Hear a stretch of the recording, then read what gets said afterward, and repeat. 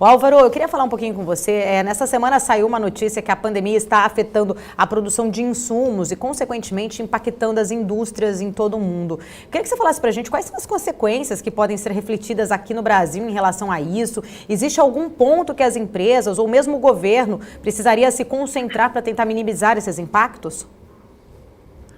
Olha, a gente consegue já perceber alguns setores realmente com escassez de produtos, né? O setor de construção civil, por exemplo, tem questionado bastante a capacidade de entrega de materiais de construção. Isso, de fato, pode, inclusive, aumentar o IPCA nos próximos meses, né? Que a gente viu que teve uma alta significativa por conta do dólar e de alimentos, mas agora outros segmentos podem também puxar o índice de inflação. Na verdade, o que a gente precisa é retomar a demanda para que o empresário consiga se sentir mais confortável em produzir e fazer estoques, né? Eu acho que esse foi o grande descasamento nesse curto prazo. O empresário ficou com receio de produzir muito durante a pandemia, porque não sabia exatamente como seriam essas demandas agora no último trimestre do ano e para o ano que vem. Então, na verdade, a gente precisa ter maior confiabilidade para o ano que vem, para o empresário conseguir produzir mais e ter mais estoque para conseguir ofertar mais produtos. Legal. E na última semana também, Álvaro, a gente viu um número muito expressivo de capital estrangeiro voltando aqui para a Bolsa. A gente falou muito sobre isso até aqui com outros convidados. As entradas de capital estrangeiro já sobam mais de 26 bilhões de reais só neste mês de novembro. Eu queria saber da sua opinião, como que você avalia essa entrada de recursos? O estrangeiro está voltando a confiar no Brasil, mesmo com o risco fiscal que nós estamos passando? Ou você acha que eles estão enxergando oportunidades que compensam esse risco?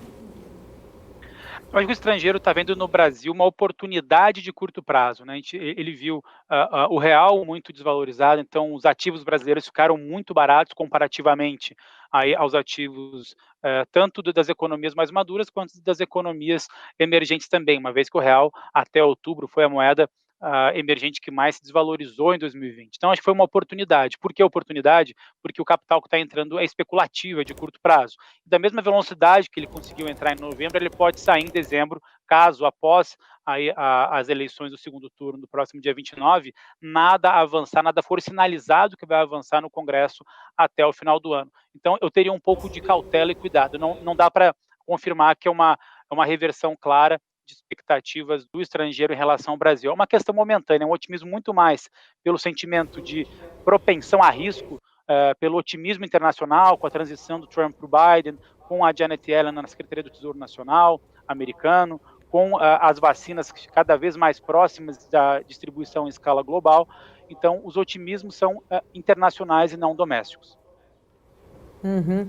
O Álvaro, falando um pouquinho sobre os dados do IPCA 15 que foram divulgados ontem, eles mostraram ali uma ligeira alta em relação às projeções dos analistas. Foi o maior até para o mês de novembro, se não me engano, nos últimos 5 anos.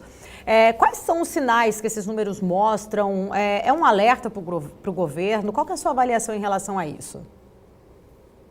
Olha, acho que o governo já começa a ficar, se não preocupado, mas mais em alerta, né? E tanto é que o mercado financeiro, quando a gente analisa a curva de juros, já antecipa a alta aí para o mês de março, o mês de abril, que é quando deve, de fato, começar a acontecer um retorno da taxa Selic na nossa projeção do BTG Pactual até 3% em final de 2021. A gente tem também, por exemplo, uma percepção positiva de um lado, que as NTNBs têm sido bem absorvidas pelo mercado financeiro, mas quando o Tesouro Nacional vai lançar outros títulos que não são atrelados à inflação, a receptividade não é a mesma. Isso num sinal claro de que o mercado sim está comprando dívida do Brasil, mas está comprando aquelas que se protegem da inflação. O mercado brasileiro, de uma certa forma, precisa casar um pouco mais os seus juros, tanto pela demanda dos títulos não atrelados à inflação, quanto para corrigir potenciais repiques da inflação no ano que vem. Acho que vale lembrar que a demanda por commodities deve continuar no ano que vem, já que as economias maduras elas vão continuar crescendo até em taxas maiores que a brasileira, e isso deve pressionar aí os preços do petróleo, que consequentemente é uma base importante para a formação de preços aqui no Brasil.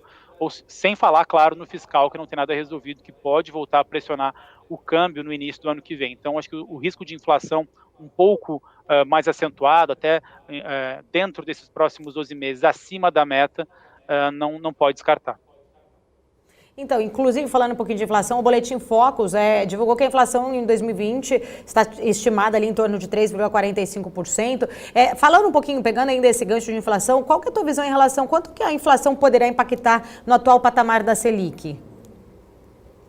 Olha, hoje a inflação ela não preocupa até esse 3,45 por dois motivos. Primeiro, porque ela está abaixo do centro da meta de inflação, que é o horizonte que o Banco Central olha. E o segundo, que a gente vive uma crise por conta da pandemia, ou seja, é natural que a gente viva aí um cenário estimulativo, de grau estimulativo da economia. Por isso a Selic está abaixo do IPCA.